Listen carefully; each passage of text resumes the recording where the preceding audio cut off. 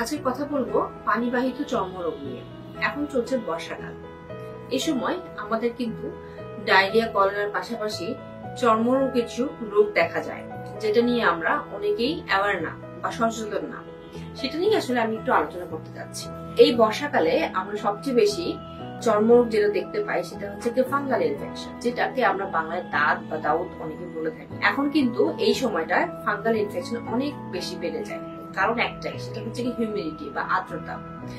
যেহেতু বর্ষাকালে আর্দ্রতা বৃদ্ধি পায় এবং আমাদের সেই আর্দ্রতা শুষে নেওয়ার মতো পর্যাপ্ত কোনো ব্যবস্থা থাকে না, সেই জন্যই কিন্তু আমাদের শরীরটা ভেজা ভেজা থাকলে ফাঙ্গাস ইনফেকশনটা বেশি হচ্ছে, যেটাকে আমরা টিনিয়া বলে থাকি মেডিকেল টার্মে।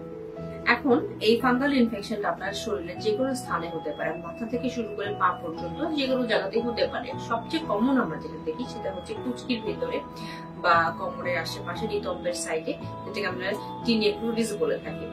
এটাতে দেখা যাচ্ছে বেশি পেশেন্ট আমরা এখন পাচ্ছি। এই সিমটম যদি থাকে এবং পেশেন্ট যদি ডায়াবেটিক বা আদার্স কোনো ডিজিজ থাকে, তাহলে কিন্তু এটার আকার কিন্তু আরো বেশি ভয়াবহ হয়। ফাঙ্গাস ইনফেকশনের সাথে সাথে আর যে কমন ডিজিজ গুলো আমরা পাচ্ছি সেটা কিন্তু ব্যাকটেরিয়াল বলেন, ব্যাকটেরিয়ালটাই বেশি পাচ্ছি।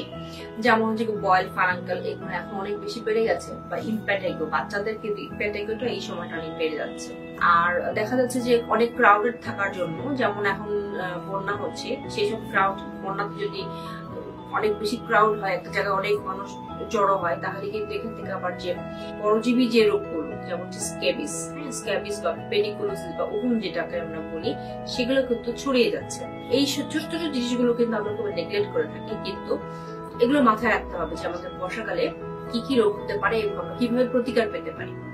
সো আমরা আরেকটা বিষয় আমি কথা বলতে চাই যে অনেকের কিন্তু, বিশেষ করে যারা আমাদের কৃষক ভাইরা আছেন বা যারা একটু মাঠে কাজ করেন, তাদের দেখবো যে আমরা পায়ের ফাঁকে ফাঁকে কিন্তু অনেক সাদা সাদা ফাঙ্গাল ইনফেকশন হয়ে যাচ্ছে। এটাকে আমরা যে ইআইবি বলি।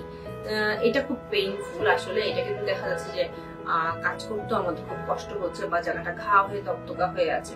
তো এইসব ক্ষেত্রে কিন্তু আমাদের হচ্ছে কি সঠিক অ্যান্টি ফাঙ্গাল যে ড্রাগ গুলো, সেগুলো ইউজ করতে হয়। আর এটা অবশ্যই নিজে করবেন না, ডার্মাটোলজিস্টের কাছ থেকেই পরামর্শ নিয়ে করতে হবে।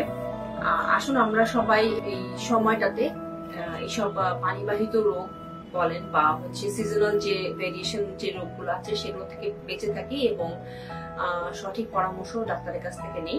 ধন্যবাদ।